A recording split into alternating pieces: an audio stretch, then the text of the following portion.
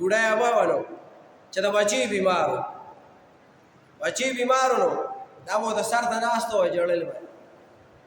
وی چې بچي ته را باندې ډېر ګرانې او ته خو کو مړ شو نو ګورای زما خو په دنیا کې څوک نشته او الله دې ما ستانه مخکې مړه کړي الله دې ما ستانه مخکې مړه کړي نو بچي ته به ناسته وه جړل به چې بچیا الله تعالی صحت درکړي او که ته مړ کېږي نو الله دې ستا دا نیټه څه کړي دا مال راکړي الله دې ستا دا مرګ مال راولي خو تا دې الله نه مړ کړي ستا غم دې الله ماته نه ښي نو کله کله خو داسې کار وشي داسې عبرت لپاره خبره کوو داسې نه دا قرآن حدیث کې دي هغه ابا یې جوړل خپل بچي ته ناسته وه چې بچي ستا سره مې ډېره مینه ده او تا دې الله ښه کړي او ستا نه دې خدای ما مخکې مخکې مړه کړي او که تا الله وژني نو ستا دې الله نه وژني او ما دې الله مړه کړي دا خبره اوس چا واورېده هر به چا اورېدلي په ور کې بولاړو خلک کوي دیوال هم غوږونه لري که چې ته دیوال به غوږ لرلی او چا به اورېدلي نو هغه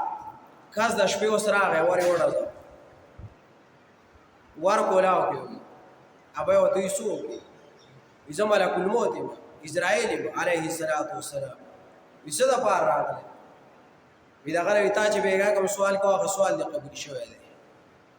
سوال دې قبول شوی دی او ته یې څه وي تا وي بېګا دا سوال کړی چې الله که زما د دې بچي نیټه پوره وي نو الله زما دا بچي مه وژنه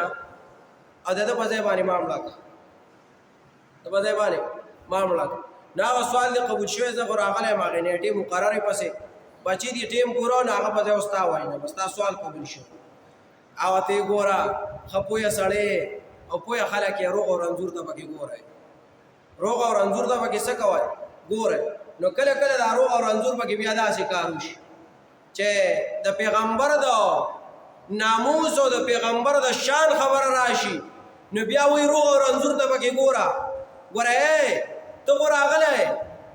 پلان کیا حکومت ته راغلی خو ګوره مونږ خو ناسو مونږ صرف خبره اورېدلې خبره خو دې پولیس صاحب کړې روغ او رنځور ته پکې ګوره که نه خبره چا کړې ده خبره مونږ کړې ده خبره خو دې مولا کړې ده بس ځان له دې سنبھالې